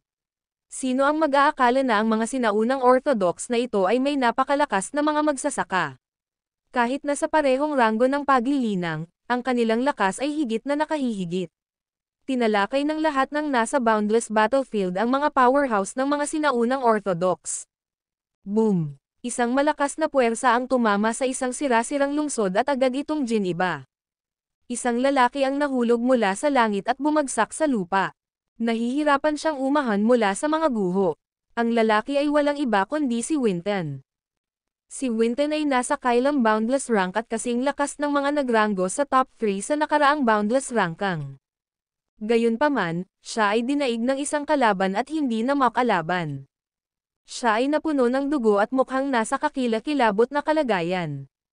Isang gwapong lalaki na may suot na puting roba ang napadpad sa langit habang sumasayaw sa hangin ang kanyang mahabang itim na buhok. Bigla siyang napangiti at sinabing, "Masyado kang mahina." Pagkatapos magsalita, inabot niya at itinuro ang daliri kay Winton. Swoosh! Isang malaking puwersa ang lumitaw at bumaril patungo kay Winton. Mabilis na naiwasan ni Winton ang pag-atake. Boom! Ang puwersa ay tumama sa lupa, at nabuo ang isang napakalalim na hukay. Kaagad pagkatapos, kumalat ang mga bitek sa nakapalibot na lugar. Samantala, nakatanaw sa malayo sina Wailea, Zula, at Winona. Bulalas ni Wailea, "Masyado siyang malakas. Kahit na lumaban ako sa kanya, hindi naman ako mananalo." Si Wailea ay palaging sigurado sa kanyang sarili. Gayunpaman, hindi siya nakaramdam ng tiwala na talunin ang kalaban ni Wyatt, na nasa kailang boundless rank lamang. Lumitaw sa malayo si Winton matapos makaiwas sa nakamamatay na pag-atake. Isang puting halo ang lumabas sa kanyang katawan at pinagaling ang kanyang mga sugat. Malungkot ang ekspresyon ni Winton. Siya ay naglilinang sa pag-iisa at hindi kailanman nasaktan ang sinuman. Gayunpaman, biglang sumulpat ang isang lalaki at hinamon siya. Bagamat hinihimok niya ang lahat ng kanyang lakas, hindi niya napigilan ang mga atake ng kanyang kalaban. Lumipad ang lalaki sa malayo at mapanuksong sinabi, "Mayroon ka pa bang iba? Kung hindi, kung gayon, papatayin ka na lang." Agad na sinubukang makialam ni Winona. Gayunpaman, pinigilan siya ni Waylea at sinabing, "Walang nagmamadali. Manood tayo saglit." Sabi ni Winona, "Mamamatay si Winton kung itutuloy lang natin ang panonood. Kahit anong mangyari, medyo matagal na siyang kasama. Paano na lang natin siya mapapanood na mamatay?"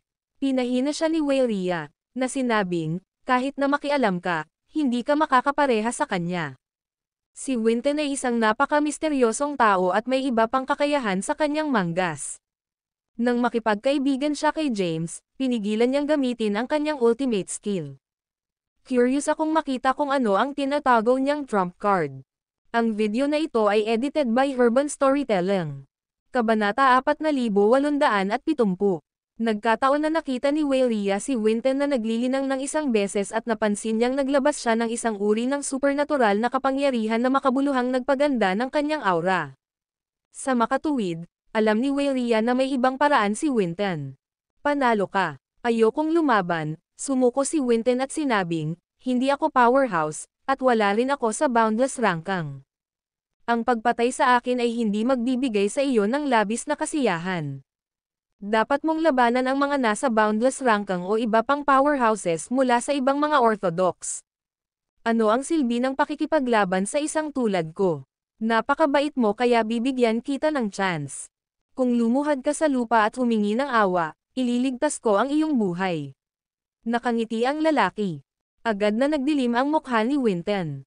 Hindi siya kailanman luluhod sa harap ng iba. Siya ay isang kababalaghan sa Chaos District at hindi magagapi laban sa mga kapareho niya ng cultivation rank. Kahit natalo siya kay James, ito ay dahil gusto niyang iwasan ang paggamit ng mga nakamamatay na pag-atake laban kay James. Mapaglarong ngumiti ang lalaki at nagtanong, "Ano ang mali? Ayaw mo. Kung gayon wala akong pagpipilian kundi ang patayin ka." Huminga ng malalim si Winton. Tumingin siya sa kanyang kalaban at nagtanong, "Ano ang iyong pangalan? Kahit papaano ay ibigay mo sa akin ang iyong pangalan upang ako ay mamatay sa kapayapaan." "Ako si Gregor Lozano mula sa Crescent Sect. Nakasali na ako sa kompetisyon para sa boundless rankang dati at higit sa isang beses. Gayunpaman, matagal na iyon. Noon, ang Endless Lord ay si Zayden Dalibor pa rin. Nauna ako sa boundless rankang ng 3 sunod-sunod na beses." Umalangaw-ngaw ang boses ni Gregor sa buong lugar. Bahagyang nagulat si Winton sa kanyang sinabi. Nagsalubong ang mga kilay ni Waylea. Nagtataka siya kung bakit hindi lumabas ang pangalan nito sa mga sinaunang aklat na nabasa niya noon. Ito ay nagiging kawili-wili. Napangiti si Winton. Biglang tumaas ang aura ni Winton, at pumasok siya sa isang misteryosong estado. Pagkatapos, ang kanyang katawan ay nagmula sa isang nakasisilaw na puting liwanag. "Alam ko na." Bakas sa mukha ni Waylea ang tuwa. Gulat na sabi ni Winona, sa lahat ng oras na ito ay itinatago niya ang napakalakas na supernatural power. Si Winton ay nag-hover sa kalangitan at nag-radiated ng puting glow. Iniunat niya ang kanyang katawan, at ilang mahiwagang inscription ang nahulog sa ibabaw ng kanyang bedi. "Ha?" Naunawaan ni Waylea at sinabing, "Mga inscription ba ang mga selyo na iyon?" Sinagot siya ni Zula, "Oo, sila ay mga inscription ng selyo." Tinatakan niya ang kanyang lakas. Marahil ay naglagay din siya ng isang malakas na spatial pressure sa kanyang sarili at sa wakas ay tinanggal na ang selyo. Sina Waylea at Zula ay mga powerhouse sa quasi-chaos rank at madaling natukoy ang selyo ng katawan ni Winton. Si Winton ay hindi kailanman natalo sa isang tao sa parehong ranggo ng paglilinang gaya niya at naging walang talo noong panahon niya. Naglakbay pa siya sa nakaraan upang hamanin ang mga powerhouse noong sinaunang panahon at talunin ang mga ito. Naglagay siya ng selyo sa kanyang sarili at tinatakan ang kanyang mga kapangyarihan upang makamit ang higit na lakas. Kasabay nito, nagkaroon ng spatial pressure sa kanyang katawan. Gamit ang selyo, layunin niyang pagbutihin ang kanyang pisikal na lakas at paglilinang na puso. May napansin si Weyria na kakaiba at sinabing, "Teka, iba ang aura niya. Noong nakaraan, hindi ko sinasadyang naabutan ko siyang naglilinang." Siya ay nagbigay ng nakakatakot na supernatural power noon. Kakalabas lang niya ng seal sa katawan niya pero hindi pa niya ina-activate ang ultimate trump card niya. Sa sandaling iyon, dalawang figure ang lumitaw sa lugar.